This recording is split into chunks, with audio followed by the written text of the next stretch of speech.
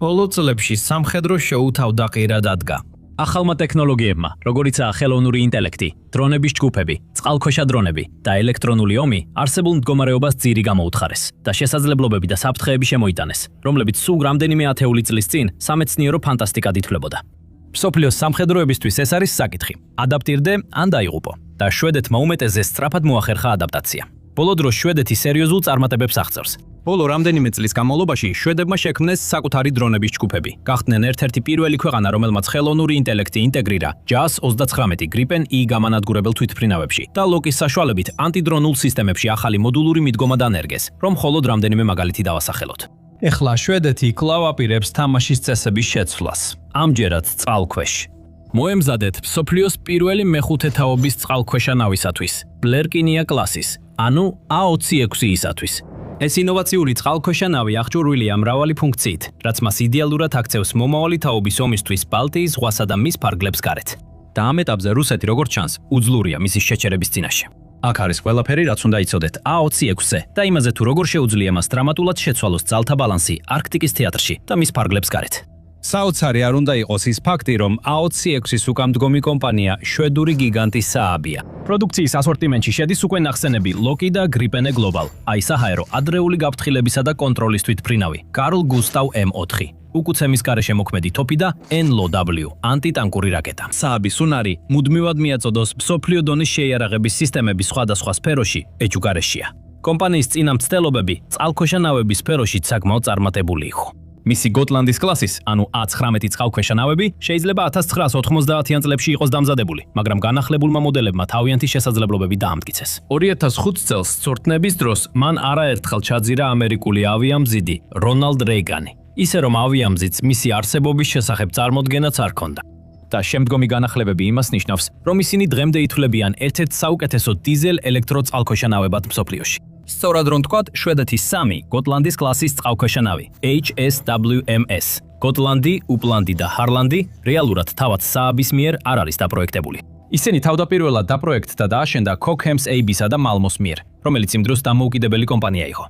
Saabმა 2014 წელს შეიძინა Cocham's-ი და გემთსაშენი ქარხანა გადაარქვა Saab Cocham's-ად. მას შემდეგ Saab პასუხისმგებელია წყალქვეშა ნავების მომსახურებაზე, ტექნიკურ მომსახურებასა და ძირითად მოდერნიზაციაზე, მათ შორის სამივე ხომალდისთვის ჩატარებულ მასშტაბურ განახლების პროგრამაზე, რომელიც დაიწყო 2010-იანი წლების ბოლოს და გაგრძელდა 2020-იან წლებში.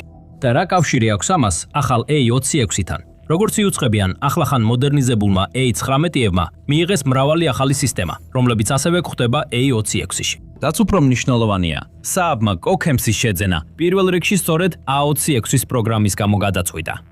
Cocham's-მა ახალი A26-ის კონცეპტუალური განვითარება 2000-იანი წლების შუა პერიოდში დაიწყო, როგორც შვედეთის წყალქვეშა ნავების ფლოტის მოდერნიზაციის ფართო პროგრამის ნაწილი.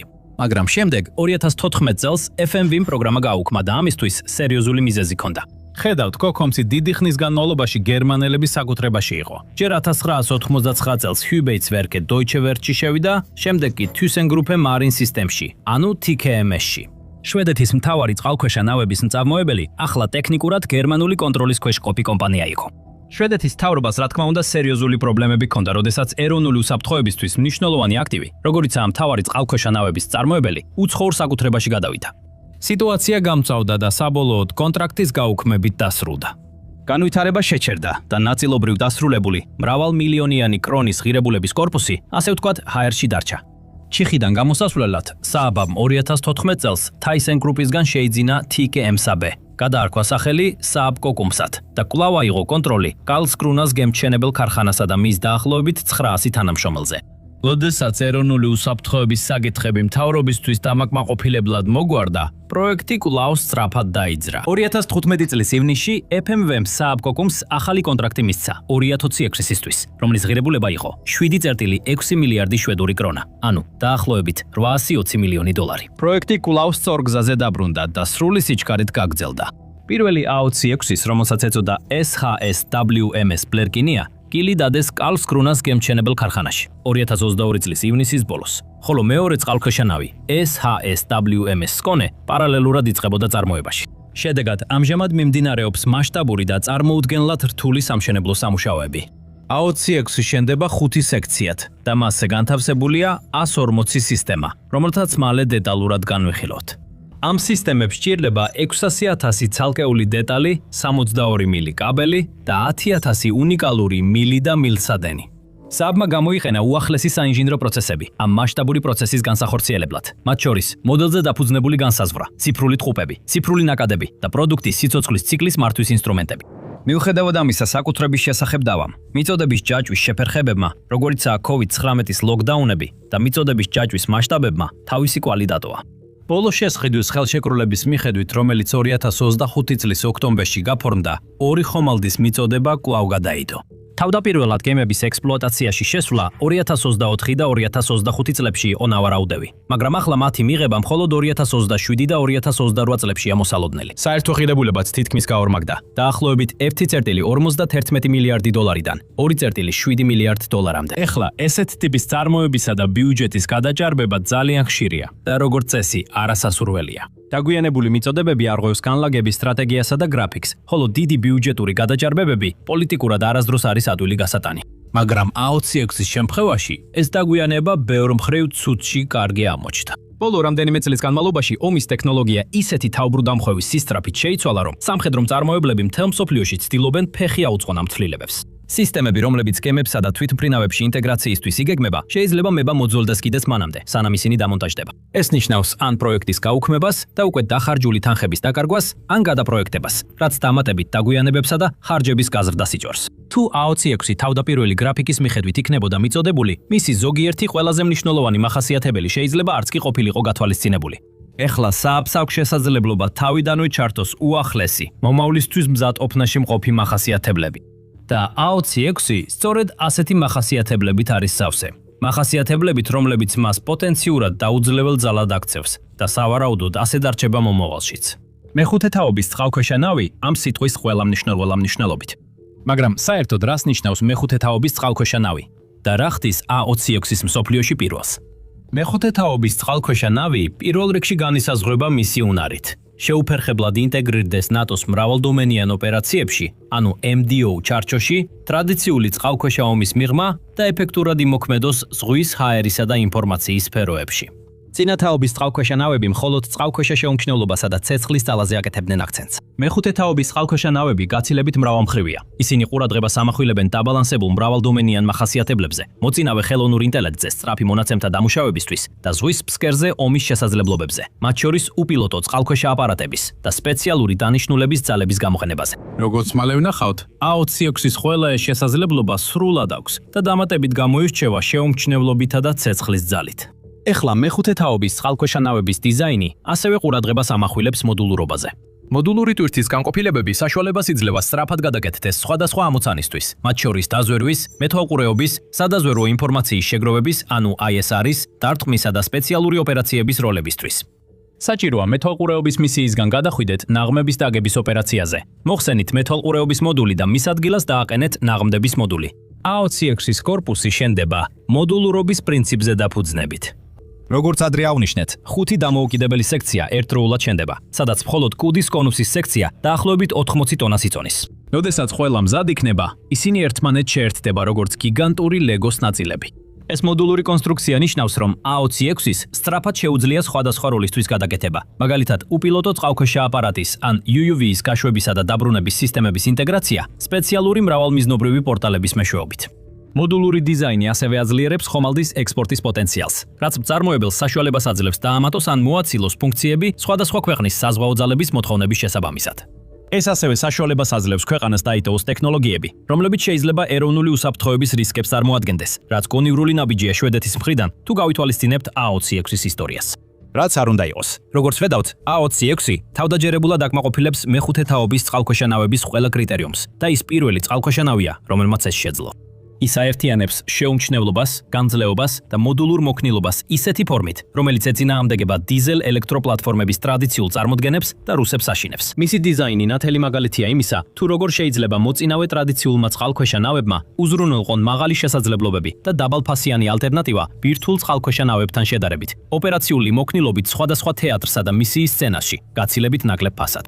მრავალდომენური სისტემის სახით შექმნილი E26-ის შეუძლია ჩაატაროს დაზვერვა, მონაცემთა შეგროვება, განალაგოს უპილოტო სისტემები, მხარი დაუჭიროს სპეციალურ ოპერაციებს და აკონტროლოს წყალქვეშა ინფრასტრუქტურა. ამ ყველაფერს ის ასრულებს წყალქვეშ დარჩენისას და უკიდურესად რთულია მისი აღმოჩენა ხანგრძლივი პერიოდის განმავლობაში. მართალია, E26-ის განმასხვავებელი მახასიათებელია სწორედ მისი მრავალდომენური სიგნატურის მართვა, რომელიც მიიღწევა აკუსტიკური, მაგნიტური, რადარის, ელექტრული, ინფრაწითელი და ვიზუალური დამალვის ტექნიკებით.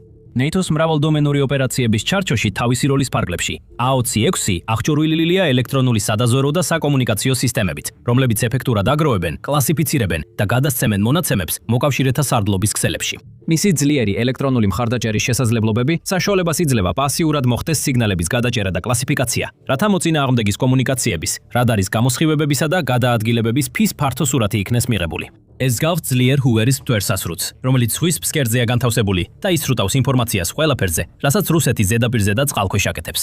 რა თქმა უნდა, როგორც წყალქვეშა ხომალდი, მისი აღმოჩენის მთავარი საშუალება სონარია და ამ მხრივ A26-ის არაფერი აკლია. სონარის სისტემა აერთიანებს ატლასის ელექტრონულ ცხვირისა და გვერდით განლაგებულ ანტენებს, HF ჩამჭერი სონარის ანტენებს, Kongsberg SA 9510S ნაღმების ამომცნობ სონარს და Safran Series 30 ოპტრონულ ანძებს, პერისკოპისა და ზედაპირული დაკვირვებისთვის. ეს პასიური და აქტიური სონარის ელემენტები მუშაობს დაბალიდან საშუალო სიხშირის დიაპაზონებში. განსაკუთრებულად ამაღლებულ მგრძნობელობას ანიჭებს ბალტიის ზღვაში გავრცელებულ ლიტორალურ გარემო პირობებში. ელექტრონული მხარდაჭერის ზომები, ანუ ESM სისტემები, კიდევ უფრო აძლიერებს A26-ის აკუსტიკურ აღმოჩენას, რადარისა და საკომუნიკაციო სიგნალების მონიტორინგით, რაც წყალქვეშა ნავს საშუალებას აძლევს პასიურად განსაზღვროს გამომსხივებლების მდებარეობა და კლასიფიცირება მოახდინოს საფრთხეების. როგორც წარმოიდგენთ, წყალქვეშა ნავის აქტიური და პასიური აღმოჩენის აღჭურვილობის ფართო სპექტრი მუდმივად წარმოქმნის დიდ რაოდენობას მონაცემების, რომლებიც უნდა დამუშავდეს, რაც შეიძლება სწრაფად და ეფექტურად. და სააბმა ხელოვნური ინტელექტის ძალა გამოიყენა პროცესის დასაჩქარებლად. კომპანიის თქმით, A26-ის ბორდზე არსებული ხელოვნური ინტელექტით მხარდაჭერილი მონაცემთა დამუშავება უზრუნველყოფს უფრო სწრაფ სინქრონიზაციას საჰაერო, სახმელეთო, კიბერ და კოსმოსურ რესურსებთან ერთობლივ ოპერაციებში, რაც ხელს უწყობს იმას, რასაც შვედეთის საზღვაო ძალები წყალქვეშა საინფორმაციო ომს უწოდებენ. ეს მოიცავს როგორც მტრის საკომუნიკაციო არხების გამოყენებას, ასევე ეროვნული წყალქვეშა ინფრასტრუქტურის დაცვას, განსაკუთრებით კი კრიტიკულად მნიშვნელოვან წყალქვეშა კაბელებსა და მილსადენებს. ამ სიგნალებისა და მონაცემების მართვა და სწორი რეაგირების შერჩევა მარტივი საქმე არ არის, მაგრამ A26 ამ ამოცანისთვის სრულად არის აღჭურვილი. მისი 9-ელვი საბრძოლო მართვის სისტემა, ანუ CMS, უზრუნველყოფს სარდლობას, კონტროლს, კომუნიკაციებს, კომპიუტერებსა და დაზვერვას, ანუ C51 კოორდინაციას, საზღვაო პლატფორმებსა და მისიის ტიპებს შორის, რაც ზრდის გადაწყვეტილების მიღების სისწრაფესა და ეფექტურობას. 9-ელვი აერთიანებს სონარის მასივებისა და ოპტრონული სენსორების მონაცემებს, რათა ოპერატორებს მისცეს ერთიანი ტაქტიკური სურათი და სწრაფად ამოიცნონ და უპასუხონ საფრთხეებს. 9-ელვი მოიცავს მოწინავე დამუშავებას, რეალურ დროში მონაცემთა კორელაციისთვის როგორც რადარის ESM, ასევე კომუნიკაციის ESM სისტემებიდან. ეს აძლევს A26-ის მეტ შესაძლებლობას აღმოაჩინოს ელექტრომაგნიტური გამოსხივებები ისე, რომ თავად არ გადასცემს სიგნალს აქტიურად, რაც შეიძლება დააზიანოს მისი შეუმჩნევლობა. ისიამოვნეთ დეტალური სამხედრო ანალიზებით და იარაღის ჩვენებებით. სწორედ ამას გთავაზობთ ყოველ კვირას აქ, The Military Show-ზე. გამოიწერეთ არხი, რომ მიიღოთ ყველაზე ზუსტი სამხედრო ანალიზები YouTube-ზე. ეხლა ტექნოლოგიები, რომლებზეც ახლახან ვისაუბრეთ, ნამდვილად ცვლიან თამაშის წესებს. განსაკუთრებით იმ რეგიონში, სადაც A26 ძირითადად უნდა ფუნქციონირებდეს. სულ მცირე შვედეთის საზღვაო ძალების შემადგენლობაში, ბალტიის ზღვაში. A26-ის ჰიდროდინამიკურად დახვეწილი კორპუსი ოპტიმიზებულია მაღალი ფარული მოქმედებებისთვის ლიტორალურ გარემოში, განსაკუთრებით კი ბალტიის ზღვის ვიწრო და არაღრმა წყლებში. ეს ზღვა უნიკალურ სირთულეებს ქმნის. ზამთარში იყინება და აქვს რთული ზღვის ფსკერი, რაც სონარის გამოყენებას ძალიან ართულებს. ეს ფაქტობრივად ერთი დიდი ლიტორალური საბრძოლო ზონაა, არაღრმა წყლებითა და რთული სანაპირო ხაზებით, რაც მას სრულიად შეუფერებელს ხდის ბირთვული წყალქვეშა ნავებისთვის, მაგრამ არა E26-ისთვის.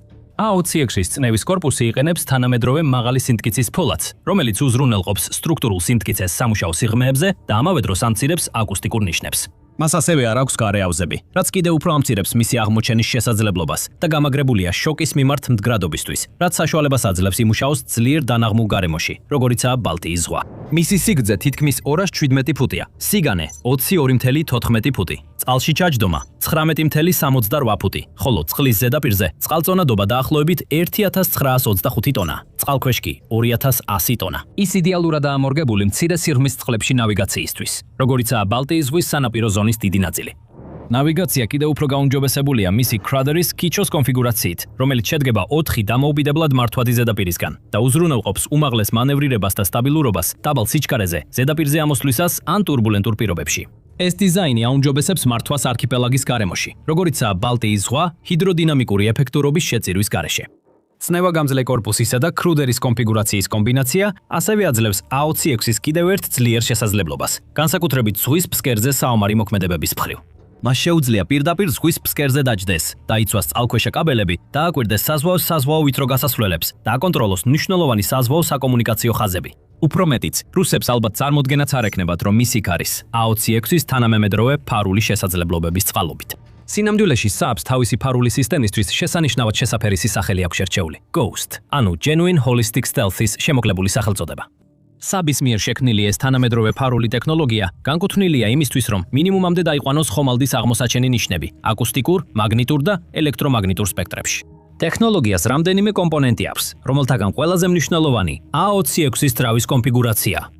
A26 იყენებს ჰიბრიდულ დიზელ ელექტრო და Stirling-ის HR-ზე დამოუკიდებელი პროპულსიის AIP სისტემას. დიზელ ელექტრო სისტემაში შედის 3 დიზელის ძრავა, რომლებიც ბატარეების დატენვას უზრუნველყოფენ ზედაპირზე გადაადგილების ან სნორკელირების დროს.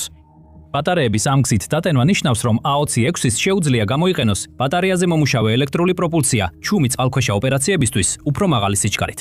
AIP კომპონენტი შედგება 3 ქოქემის Stirling-ის ძრავისგან. თითოეული აწვდის დაახლოებით 75 კილოვატ მექანიკურ ენერგიას, რომელიც გარდაიქმნება ელექტროენერგიად, რაც ჯამში AIP-ს დაახლოებით 225 კილოვატს აძლევს. და სწორედ ამ ძრავის AIP კომპონენტია მთელი მაგია. SAAB-ის დაპატენტებული Stirling-ის HR-ზე დამოუკიდებელი პროპულსიის, ანუ AIP სისტემა აძლევს A26-ის შესაძლებლობას წყალქვეშ დარჩეს რამდენიმე კვირის განმავლობაში ზედაპირზე ამოსვლის გარეშე. არაბირთული ძრავით აღჭურვილი წყალქვეშა ნავისთვის ეს თავისთავად დიდი მიღწევა. ადრე ასეთი მაღალი გამძლეობა მხოლოდ ბირთვულ წყალქვეშა ნავებს ჰქონდათ. დიზელ ელექტრული წყალქვეშა ნავები, როგორც წესი, მხოლოდ რამდენიმე დრით შეუძლიათ წყალქვეშ დარჩენა, სანამ ძრავებისთვის მეტი ჟანგბადის მისაღებად ზედაპირზე ამოსვლა არ დასჭირდებათ. Stirling-ის AIP სისტემა იყენებს შენახულ თხევად ჟანგბადს და დიზელის საწვავს ენერგიის მისაღებად, რომელიც წარმოიქმნება გარეწვის გზით დახურულ ციკლში, რაც მინიმალურ ვიბრაციასა და ხმაურს იწვევს. სხვა AIP ტექნოლოგიებთან, მაგალითად, საწვავის ელემენტებთან შედარებით, ის უფრო ეკონომიურია, მარტივად მოსავლელია და თავსებადია მოდულურ გადაკეთებასთან. მისი მუშაობის პრინციპი შესანიშნავი მაგალითია იმ განსაკუთრებული შვედური პრაქტიკულობისა და გამჭვიახობის შეძგმისა. Stirling-ის AIP-ის დახურული ციკლის გარეწვის ძრავა დიზელის საწვავს წვავს თხევადი ჟანგბადით, რომელიც ბორტზე არსებულ ავზებში ინახება. წვის შედეგად წარმოებული სითბო ძრავის შიგნით მოთავსებულ ინერტულ გაზს, მაგალითად ჰელიუმს ათბობს, რის შედეგადაც გაზი ფართოვდება და ძრავის დგუშებს ამოძრავებს. შემდეგ დგუშები გენერატორს ატრიალებენ, რომელიც ელექტროენერგიას გამოიმუშავებს წყალქვეშა ნავის ელექტროძრავის ან მისი ბატარეების დასატენად. შემდეგ გახურებულ გაზს ცირკულირებადი ზღვის წყლით აცივებენ, რის შემდეგაც ის კვლავ იკუმშება და ციკლი სრულდება. ნიშნულოვანია, რომ ეს მთელი პროცესი წყალქვეშა ნავის წყალქვეშ ყოფნისას ხდება და ატმოსფერული ჟანგბადის საჭიროება არ აქვს. ეს გამორჩეული სისტემა 4 ძირითად უპირატესობას ანიჭებს, როგორც A26-ის, ასევე გოტლანდის კლასის წყალქვეშა ნავებს, რომლებიც ასევე იყენებენ ამ სისტემას. პირველი, როგორც უკვე განვიხილეთ, არის წყალქვეშ ყოფნის ხანგრძლივობის გაზრდა. გოტლანდის კლასის წყალქვეშა ნავი წყალქვეშ შეუძლია დარჩეს 14 დღემდე იმოძრაოს, 5 კვანძის სიჩქარით სნორკელინგის გარეშე, რაც უზრუნველყოფს 1700 საზღვაო მილის მანძილს. A26-ის მოდიფიკაციები ნიშნავს, რომ მოსალოდნელია წყალქვეშ კიდევ უფრო დიდ ხანს დარჩეს. მოხსენებების მიხედვით მას წყალქვეშ შეუძლია დარჩეს 45 დღემდე, მათ შორის დაახლოებით 18 დღე მხოლოდ AIP სისტემაზე მუშაობით, ხოლო წყალქვეშ მაქსიმალური სიჩქარე დაახლოებით 12.4 მილი საათში. მეორე უპირატესობა არის უკიდურესი შეუმჩნევლობა და სიჩუმე. Stirling-ის ძრავა თითქმის სრულად უხმაუროა და ვიბრაციისგან თავისუფალია, რადგან წვა უწყვეტია და სამუშაო ნაწილების გარეთ მიმდინარეობს. შედეგად აკუსტიკური ხელწერა ძალიან დაბალია, რაც წყალქვეშა ნავს გამორჩეულად რთულად აღმოსაჩენს ხდის, განსაკუთრებით ბალტიის ზღვის არაღრმა და დაბრკოლებებით სავსე წყლებში. AIP-ის მესამე უპირატესობა არის შემცირებული აღმოსაჩენობა.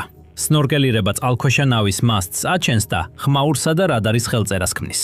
სნორკელირების საჭიროების აღმოფხვით წყალქვეშა ნავი დაფარული რჩება და მნიშვნელოვნად ამცირებს რადარით, სონარით ან ვიზუალური მეთოდებით აღმოჩენის რისკს. მეოთხე უპირატესობაა, რომ Stirling-ის AIP უფრო ეკონომიურია წარმოებისა და მოვლის თვალსაზრისით, ვიდრე სხვა AIP ტექნოლოგიები, როგორიცაა საწვავის ელემენტები ან ბირთვული ენერგია. ფაქტობრივად, ის უზრუნველყოფს მაღალი წარმადობის ალტერნატივას ბირთვული ძრავის სირთულისა და ხარჯების გარეშე. სამართლიანობისთვის უნდა ითქვას, რომ სხვა AIP სისტემები, მაგალითად სათვავის ელემენტები, შესაძლოა ოდნავ უფრო ჩუმი იყოს, მაგრამ Stirling-ის ძრავის ხანგრძლივი გამძლეობა, განსაკუთრებული სიჩუმე და დადასტურებული საიმედოული საიმედოობა მას იდეალურ არჩევანად აქცევს მსოფლიოს პირველ მეხუთე თაობის წყალქვეშა ნავისათვის. მაგრამ A26-ის უჩინარი მახასიათებლები მხოლოდ მის ძრავზე ამთავრდება. მთლიანად გლუვი, ცრემლისებრი ფორმა ამცირებს ნაკადით გამოწვეულ ხმაურსა და ტურბულენტობას. გარე კორპუსზე ანეხოიკური საფარების თანთქავს აქტიური სონარის სიგნალებს წყალქვეშა ოპერაციების დროს. და რეზინით დაფარული სამაგრები და ბაფლები გარს აკრავს გემის მექანიზმებს, რაც ხელს უშლის ვიბრაციის გადაცემას წნევის კორპუსზე. ერთად აღებული შედეგია თვითხმაურის დონე, რომელიც ერთ-ერთი ყველაზე დაბალია არაბირთულ წყალქვეშა ნავთა კლასებში. ზედაპირზეც კი A26 უზრუნველყოფს მნიშვნელოვან შეუმჩნევლობას. ტრადიციული კორპუსის გახვრეტები ზრდის რადარის ამრეკლავ ზედაპირს და პოტენციურ გაჟონვის წერტილებს. ამ პროქსი იყენებს არაგამჭოლ ოპტრონულ ანძებს, რომლებიც აღჭურვილია ელექტროოპტიკური სენსორებით, სწორებით პერისკოპისა და საძიებო ფუნქციისთვის, რაც ინტეგრირებულია მაღალი გარჩევადობის გამოსახულების სისტემებთან. ანძების ეს კონფიგურაცია აძლევს A26-ის საშუალებას შეინარჩუნოს შეუმჩნევლობა არაღრმაწყლების ან პერისკოპის სიღრმის დაკვირვებისას, გამოუჩენლად ისეთი ნაწილებისა, რომლებიც ხილული ან ელექტრომაგნიტური აღმოჩენის მიმართ მოწყვლადია. შესაძლოა უფრო მნიშვნელოვანი ისაა, რომ მთელი ეს სისტემა შეესაბამება ნატოს ქსელურ ცენტრალურ პრინციპებს, რადგან უზრუნველყოფს უსაფრთხო მონაცემთა გადაცემას, რათა სენსორების მიერ მიღებული დაზვერვა გაიზიაროს მოკავშირე ერთეულებთან ჰაერში და ზღვაზე. რა თქმა უნდა, A26 მხოლოდ საფრთხეების გამოსავლენად არ არის შექმნილი. ის ასევე შექმნილია მათი გასანადგურებლადაც. ძირითადი შეტევითი შეიარაღება არის 4-523 მმ-იანი ტორპედოს, მილი, რომლებიც შეუძლიათ გაუშვან მძიმე ტორპედ 62 ან ტორპედ 63 მოდელის მძიმე ტორპედოები, წყალქვეშა ნავებისა და ზედაპირული ხომალდების წინააღმდეგ საბრძოლველად. TP-62, რომელიც აღჭურვილია ტუმბოჭალური მამოძრავებლით და აქვს 25 მილისზე მეტი სიშორე და 286.6 ფუნტიანი საბრძოლო კობინი, განსაკუთრებით მრავალმხრივია ზედაპირული ხომალდებისა და წყალქვეშა ნავების წინააღმდეგ გამოყენებისთვის. ეს მილები ასევე უზრუნველყოფს საზღვაო ნაღმების განთავსებას ზონის ჩაკეტვის ოპერაციებისთვის. ამასთანავე ასევე არის 2.400 მმ-იანი მილი მსუბუქი ტორპედო 47-ის გასაშვებად, რომელიც ასევე ცნობილია როგორც სააბის მსუბუქი ტორპედო SLWT. ეს განლაგება საშუალებას იძლევა, რომ საერთო ჯამში დაახლოებით 20 ერთეული შეიარაღება მოთავსდეს, მათ შორის ტორპედოები და ნაღმები. ესენი ინახება როგორც მიხვდით მოდულურ კონფიგურაციებში, რათა ოპტიმალურად შეირჩეს მისიისთვის საჭირო ტვირთი. და სწორედ შემდეგი მოდულია ამ რიგში, რომელიც ალბათ ყველაზე საინტერესოა. ტორპედოს მილის დამატებად არის 6.5-ზე 1.6 ფუტის მრავალმიზნობრივი პორტალი, რომელიც მოქნილი გამოსასვლელი კამერის ფუნქციას ასრულებს.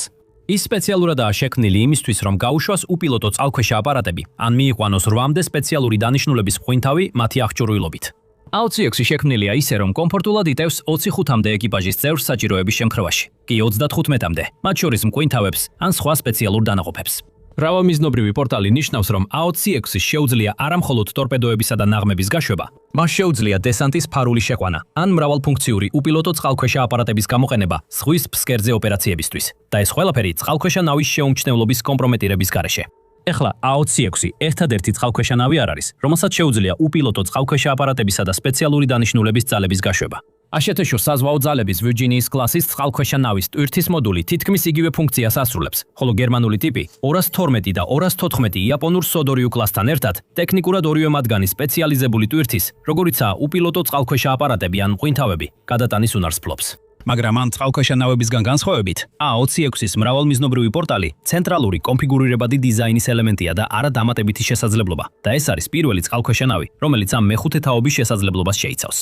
მოდულური კორპუსის არქიტექტურა ასევე უზრუნველყოფს მომავალში ვერტიკალური გაშვების სისტემების ინტეგრაციას ფრთოსანი რაკეტებისთვის, სადაც წინადადებები მოიცავს 18-მდე უჯრას სახმელეთო ან ანტიგემის საბრძოლო მასალებისთვის, როგორიცაა ადაპტირებული ტომაჰავკის ვარიანტები.